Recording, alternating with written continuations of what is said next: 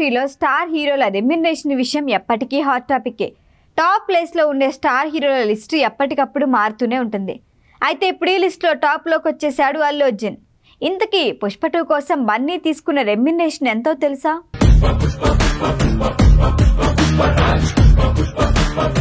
Pushpa 2 movie కోసం అల్లు అర్జున్ భారీ remuneration తీసుకున్నాడని, దీంతో నెంబర్ 1 హైయెస్ట్ పెయిడ్ ఇండియన్ యాక్టర్గా రికార్డు క్రియేట్ చేశాడు అని టాక్. ఇండస్ట్రీలో స్టార్ హీరోల రేంజ్ పెరిగే కొద్దీ రెమ్యునరేషన్ లెక్కలు కూడా మారుతుంటాయి. క్రేజ్ని బట్టి హైయెస్ట్ పెయిడ్ స్టార్ స్టేటస్ అందుకుంటారు. ఇప్పుడు ఈ లిస్టులో టాప్లో చేరాడు పుష్పరాజ్. ఇండియాలోని అత్యధిక పారితోషికం తీసుకుంటున్న స్టార్ హీరోగా నిలిచాడు. ఈ విషయంలో ప్రస్తుతం పాన్ ఇండియాని ఏలుతున్న ప్రభాస్ దశాబ్దాలుగా బాలీవుడ్ను శాసిస్తున్న ఖాన్లను వెనక్కి నెట్టేశాడు బన్నీ.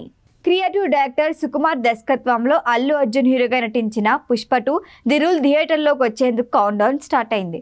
డిసెంబర్ 1st వీక్లో పుష్పరాజ్ బరిలో దిగనున్నాడు. సౌత్ నార్త్ అనే డిఫరెన్స్ లేదు. పుష్పరాజ్ కోసం సినీ ప్రియులంతా ఈగర్గా వెయిట్ చేస్తున్నారు. పుష్ప మూవీతోనే జాతీయ అవార్డు అందుకున్నాడు. ఈ అవార్డు అందుకున్న ఫస్ట్ తెలుగు హీరోగా రికార్డ్స్ క్రియేట్ చేశాడు.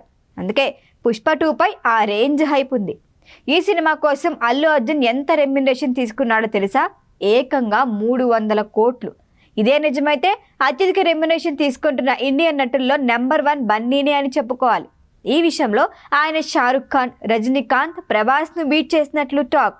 ఎందుకంటే ఇప్పటి వరకు ఇండియాలో హైయెస్ట్ రెమ్యునరేషన్ తీసుకున్న హీరోస్లో ప్రభాస్, షారుఖ్ ఖాన్, రజనీకాంత్, విజయ్ ఉన్నారు.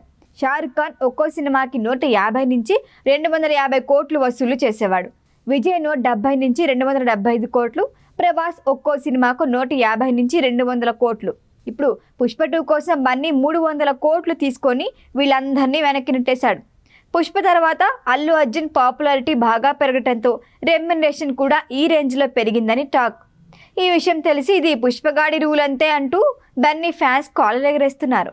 పుష్ప 2పై స్టార్టింగ్ నుంచి హైప్ రేంజ్లో ఉంది. ఇక ఈ మూవీలో Sreeleela special song, Samantha special రోల్లో ఉంది అనే వార్తలతో మరింత బజ్ పెరిగింది. ఎప్పుడెప్పుడు రిలీజ్ అవుతుందా అని ఫ్యాన్స్ వెయిటింగ్. ఇప్పటికే 1000 కోట్ల వరకు ప్రీ రిలీజ్ బిజినెస్ అయ్యి 1000 కోట్లు దాటిందని టాక్. ఓటీటీ హక్కులను 275 కోట్లకు నెట్ఫ్లిక్స్ సొంతం చేసుకుంది.